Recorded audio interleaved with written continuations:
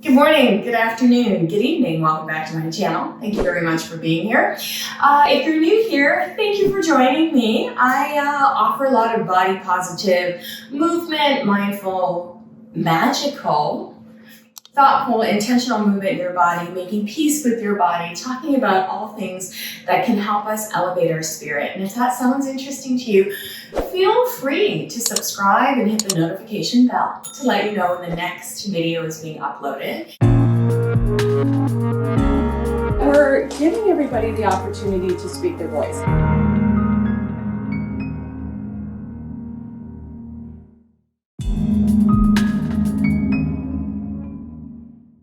And today I wanted to share with you my post-run stretch when I don't have a lot of time. So maybe I've just gone out for 15 minutes or 20 minutes or whatever it is, and I just need to get the energy back in my body. I just wanted a quick little pick me up. I often do that, a little bit of what I call movement as a snack. And so that's what I'll be doing. And so one of the practices I like to do when I'm stretching is when I come back, what I'll notice is running or walking, or actually most kinds of exercises, tend to seize up my hamstrings. So I'm gonna grab 2 blocks and I'm gonna take a forward fold to stretch out my hamstrings. I'm gonna take a couple of different forward folds. So taking my feet out, almost as wide as my mat, but pretty wide. I like to have them about 2 fist width or wider. And then I'm gonna bend my knees and then stick my butt out behind me. So I'm really pushing my butt out behind me. I already feel the intensity happening in my glutes. And then I'm gonna bring my hands to my blocks. As I'm doing this, I'm pushing down and wide into the feet. So it feels like I'm trying to widen my mat with my feet, and that really activates my muscles. So I'm really intent on stretching my muscles from a place of engagement or a place of integrity, meaning I'm working really hard to hug the muscles to the bones. And I do that by engaging what we call muscle energy. So giving a little squeeze. And I do that in this particular way by pushing the feet out and wide. So I'm trying to widen the mat with my feet. Now I'm going to soften my knees, let the crown of my head come forward and release the stretch a little bit. And now I'm going to do the opposite. I'm going to try to hug to the midline.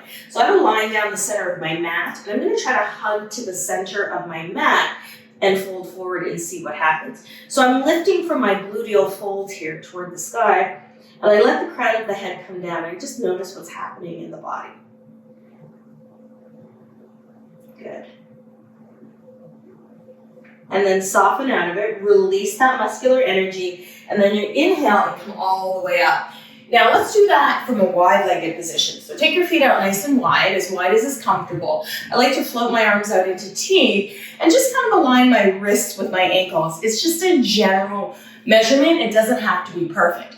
Now I'm gonna bring my hands to my knees, bend my knees, and then soften my chin down to the mat. So the idea here is if you're lifting from your sit bones, your torso will soften down a little bit more easily or naturally. So widen the heels apart and let the crown of the head come down toward the floor. So you may feel a stretch along the back of your low back at the top of your glutes. Now push down and widen through the feet, and you'll notice you'll get even maybe a little bit more of a release. So I'm pushing out from the outer edges of my feet, and I'm noticing that's giving me more leverage when I push down and wide through the feet, and I'm feeling more sensation in my legs and in my hamstrings and in my glutes and in my low back. All the things that I feel that are really impacted or compacted when I'm running. Now taking my hands to my floor, softening the knees and coming all the way up. Okay, shaking it out. And you can stay there for as long as you need to. I'm feeling a lot of sensation, so I'm coming out when I've had enough sensation. You're welcome to stay in there for as long as you need to. And now rooting down through my right foot, I'm gonna soften my right knee.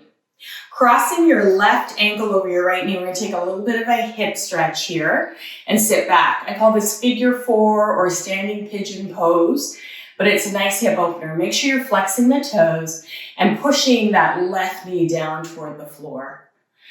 Take a few more breaths here. Good. And then let's come into a dancer or a quad stretch, grabbing a hold of the ankle, drawing the knees together. If you need a little bit of help, you can use the wall to steady yourself, or a bookshelf or a chair to steady yourself. So just take a few minutes, hugging the knees together. Let's thrust the hips forward, pull the shoulder blades on the back. So now we're opening the chest. Beautiful. And we're opening the front of the quad.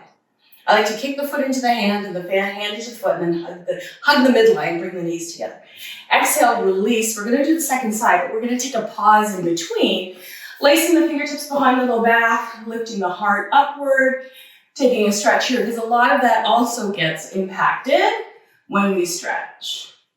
Now, rooting down through that left leg, I'm going to soften the left knee and cross that right ankle over the left knee and sit back. Feeling some stretch a little bit maybe in the outer hip, pressing the knee to the floor, spreading the toes, taking a moment to breathe. Ooh. And then inhale, coming up, bringing the heel into the bottom. We're going to take our quad stretch, squeezing the knees together, kicking the foot into the hand and the hand into the foot, softening the knees, pulling the shoulder blades onto the back, finding a moment to breathe here. Ooh, opening the stretch here. Whew. And exhale and release. Go ahead and shake everything out. Just notice how you feel. And now squeeze between the shoulder blades, lift the heart, and now soften the knees and fold forward. So we're just stretching out the upper body, making the knees nice and soft, taking out the feet nice and wide, noticing how you're feeling here. Ooh. And then slowly coming all the way up and shaking everything out. And so that's just a quick little stretch I do after I take a run. If I have more time, I take more time. If I have less time, I take less time. But I really like to stretch out my body after I run. I generally don't stretch out my body before I run. I usually start my run with a really slow walk and let the walk become progressively faster and then start running. So it usually takes me a good 5 to 7 minutes to get into running. And then it takes me from there a solid 8 minutes to find my pace, right, when I'm running.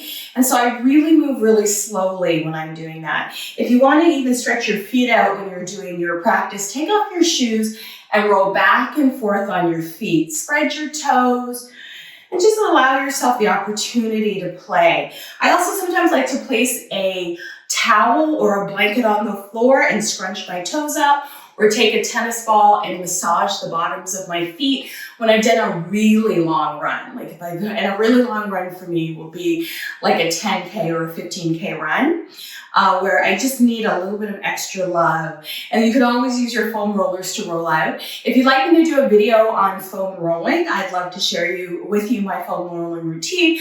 Let me know in the comments below and I'll create that content for you. But just keep your body moving in a way that feels embodied and interesting and good in your body. Remember, whatever you're doing and whenever you're doing it, no effort is ever wasted. Thank you for joining me here. Don't forget to like, subscribe, comment, and share, and I'll see you in the next video.